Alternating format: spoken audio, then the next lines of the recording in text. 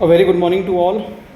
This is doctor Manoj Bandwar और आज हम एक ल्यूकेरिया का केस डिस्कस करेंगे।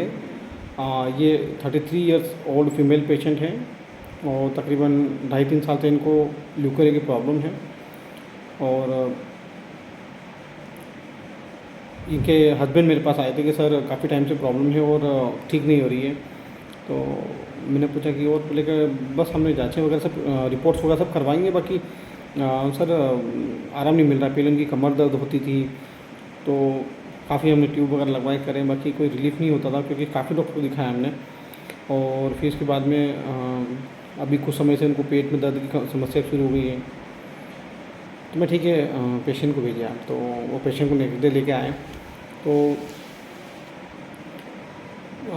पेशेंट कहते हैं कि हम जब भी हर पेशेंट की एक एनर्जी हमारे साथ केबिन में आती थी। ये पेशेंट बिल्कुल दुबली पतली, एकदम लीन थीन और थकी मांदी जिसको कहते हैं हम, वॉर्न आउट कॉन्स्टिट्यूशन जिस टाइप की, बिल्कुल थकी हुई, बिल्कुल चेहरे से इतनी उदासी है, इतनी कमज़ोरी है कि आई और मेरे सामने चेयर पे बैठी। तो मैंने पूछा कि बताइए तकलीफ़। तो बोले सर मुझे तकरीबन 2.5-3 साल से बाई डिस्चार्ज की प्रॉब्लम है और इसे और बहुत हम काफ़ी जगह मैंने ट्रीटमेंट कराया, बाकी कुछ भी आराम नहीं आ रहा मुझे। और मेरी पहले कमर बहुत दुखती थी।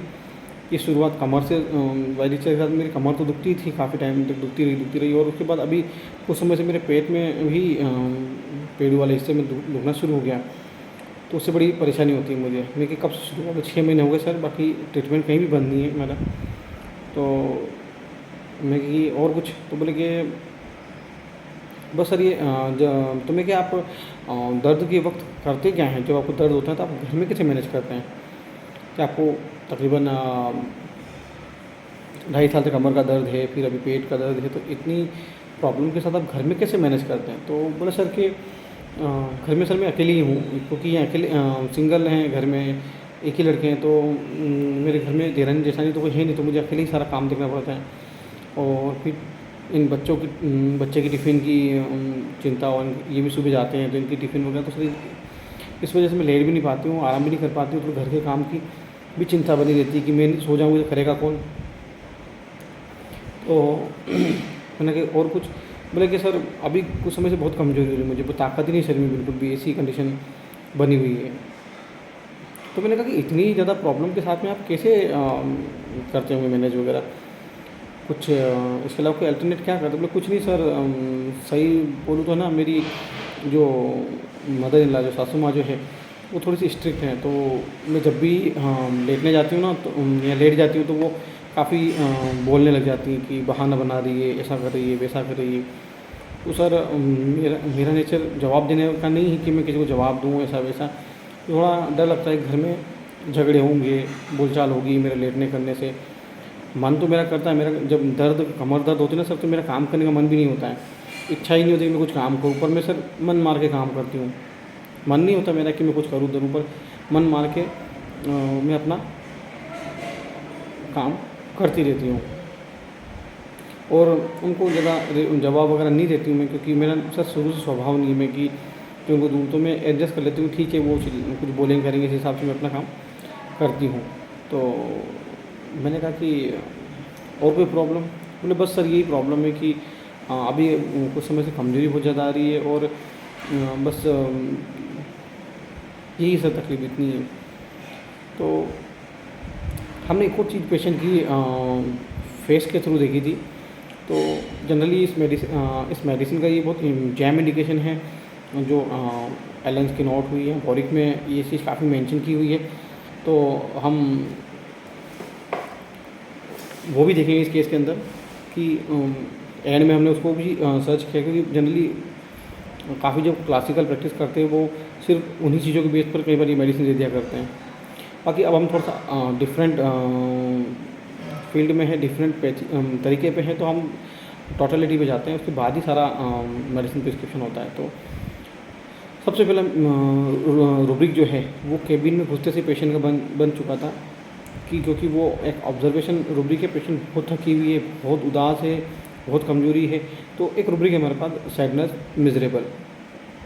पेशेंट बहुत ज़्यादा उदास है, बहुत ज़्यादा एकदम उसकी स्थिति दयनीय है, बिल्कुल चेहरे पे बहुत ज़्यादा दुख है, कमज़ोरी है, वीकनेस है, तो सैडनेस वीकनेस विथ। तो उसके बाद पेशेंट का डॉक्टर बहुत ज़्यादा कमर में दर्द होता है, पेट में दर्द होता है, एक्स्ट्रावेगेंस। थर्ड पेशेंट को हमने बोला कि आप घर पे कैसे मैनेज करते हैं दर्द के वक्त, तो उसको घर की काम की चिंता है, बच्चों की चिंता है, बच्चे की टिफ़िन की चिंता है, हस्बैंड की चिंता है, मैं अकेली हूँ तो घर में काम कौन करेगा, तो anxiety business about. Third fourth patient ने कहा कि डॉक्टर साहब सोने की इच्छा तो होती है, पर सासू माँ की बोलने की वजह से मैं लेट नहीं पाती हूँ। इच्छा है मेरी लेटने की, पर मैं लेट नहीं पाती हूँ, इच्छा के खिलाफ़ मुझे काम करना पड़ता है, मन मार के काम करना पड़ता है। तो ये इस मेडिसिन का सेंटर है। इस केस का भी कई जगह सेंटर बन जाता है कि पेशेंट को इच्छा नहीं है, पर भी इच्छा के विरुद्ध काम करना पड़ता है। इच्छा तो हो रही लेटने की, पर वो लेट नहीं पा रही, क्यों? क्योंकि सासू माँ चिल्लाएगी। तो ये दो चीज़ें जो थी इस केस में काफ़ी प्रोमिनेंट थी कि उसको लेटना है पर लेट नहीं पा रही है, और लेटूंगी तो सासू माँ चिल्लाएंगी। तो एक तो उसको सासू माँ के बोल की वजह से भी ये सब चीज़ें शुरू हुई हैं। तो एलिमेंट फ्रॉम रिप्रोचेस, क्योंकि शुरू से ही उनका नेचर ऐसा रहा है कि वो थोड़ी सी भी रेस्ट करती है, तो कहीं ना कहीं ये चीज़ें इसको अफेक्ट कर रही है। तो एलिमेंट फ्रॉम रिप्रोचेस एग्रावेट, और contradictory action are contradictory to intention. Intention उसका लेटने का है, बाकी नहीं लेट पा रही है, मजबूरी में काम करना पड़ रहा है उसको। बहुत ज़्यादा कमज़ोरी है सर मुझे, डिवीज़न पुअर ही, कमज़ोरी का एहसास हो रहा है उसको, कमी का एहसास हो रहा है।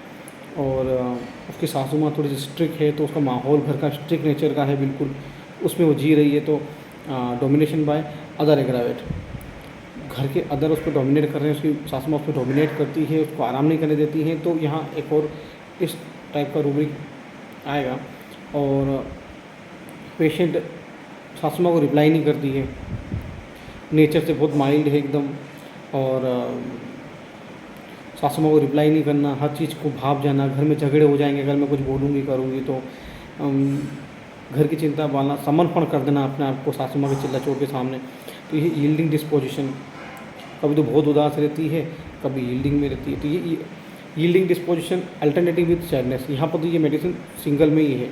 हमने बाद में देखा कि पेशेंट बहुत ज़्यादा यील्डिंग डिस्पोजिशन की है, और कई बार तो बहुत ज़्यादा यील्डिंग तो उसका नेचर ही है, डिस्पोजिशन ही है उसका, पर साथ में वो उदास भी है। तो yielding disposition alternative with sadness. और हमने जो सब शुरुआत में जो बात की थी कि पेशेंट को हमने शुरुआत में जो चीज़ उसके चेहरे देखी थी, वो हम देखते कई बार बहुत सी लेडीज़ों के नाक के आसपास ऐसे येलो मार्क बने होते हैं, इसको जनरली काफ़ी कोलाज्मा भी कहा जाता है। तो हमने इस केस के सबसे एंड में, जनरली पहले हम जब प्रैक्टिस किया करते थे, तो बॉरिक और एलेंस के नोट में yellow saddle across the nose में इस मेडिसिन का नाम है सीपिया। तो सीपिया के अंदर ऐसे घोड़े की चीन जैसे ऐसे वो दोनों साइड में से बने हुए होते हैं येलो डिस्कलरेशन। तो हम जब इस केस के अकॉर्डिंग देखेंगे, पेशेंट को यूट्राइन प्रॉब्लम है, और यूट्राइन प्रॉब्लम में उसके चेहरे पे ऐसी येलो सेडल बनी हुई बिल्कुल घोड़े की चीन जैसे, बिल्कुल घोड़े के ऊपर जो बैठने का जो होता है उसकी आकृति जैसा, ऐसा नाक के आसपास या गाल के आसपास कई लोग होते हैं। तो रूब्रिक है हमारे पास फेस में yellow saddle across the cheek in uterine complaint single sepia. यहाँ हमने इस रूब्रिक को लिया था कि face yellow saddle across the cheek in uterine complaint single sepia. और बाकी और रूब्रिक हैं जैसे फेस में सेडल अक्रॉस द नोज में 10 मेडिसिन 7 सीपिया हैं। और एक और रूब्रिक है फेस में yellow saddle across the nose, वहाँ पर भी सीपिया है। तो हमने इन रूब्रिक के साथ में पेशेंट को सीपिया का 0/1 का एक डोज दिया एलएम्पोटेंसी का। और तकरीबन 2 महीने के आसपास जब पेशेंट को ईचिंग की प्रॉब्लम हुई, ल्यूकोरिया लगभग ख़त्म हो गया था, हल्की सी ईचिंग प्रॉब्लम थी, पर वो टॉलरेट नहीं कर पाया था। हमने उनको वापस से 0/1 का ही डोज रिपीट किया, और तकरीबन 3 महीने के आसपास उनकी सारी प्रॉब्लम चली गई। उनका जो वाइट डिस्चार्ज की प्रॉब्लम थी वो लगभग पहले ही महीने से गायब हो गई थी। और जो उनका पेन था जो वो लेकर आए थे वो तो विदिन 10 to 15 मिनट यहाँ से ही कम होना शुरू हो गया था। तो जब सिमिलीमम का एक्शन ऐसा ही होता है कि हमारी फर्स्ट डोज से ही पेशेंट को आराम मिलना शुरू हो जाता है। तो इस केस का जो सेंटर था वो पेशेंट डोमिनेट हो रही थी। उसकी इच्छा तो कुछ और रेस्ट करने की थी पर वो कर नहीं पा रही थी। Contradictory actions are contradictory to intention. और पुअर है पेशेंट, माइल्ड है, यील्डिंग है, reproaches by element for reproaches, घर में बोल से उसको तकलीफ हो रही है। तो ये केस था CPR का। और हम पहले भी CPR कुछ केस डाल चुके हैं, तो आप वो भी देख सकते हैं। तो ये इसमें अगर आपको कोई रूब्रिक अगर समझ ना आए तो आप मुझे लिख सकते हैं। हम उसको अगर यूट्यूब पर अगर हम कंफर्म कर सकें ठीक है, वरना आप मुझे व्हाट्सअप नंबर पर भी अपनी क्वेरीज भेज सकते हैं ताकि मैं वहाँ आपको ऑडियो सेंड करके आपके कन्फ्यूज़न क्लियर कर दूँ। यूट्यूब पर कई बार जवाब देना मुश्किल हो जाता है, लिखना काफ़ी टाइम लगता है। तो आप मुझे व्हाट्सएप पे अपनी जो क्वेरीज है वो सेंड करें तो मैं आपको ऑडियो में उसको सेंड कर दूँगा। Thank you.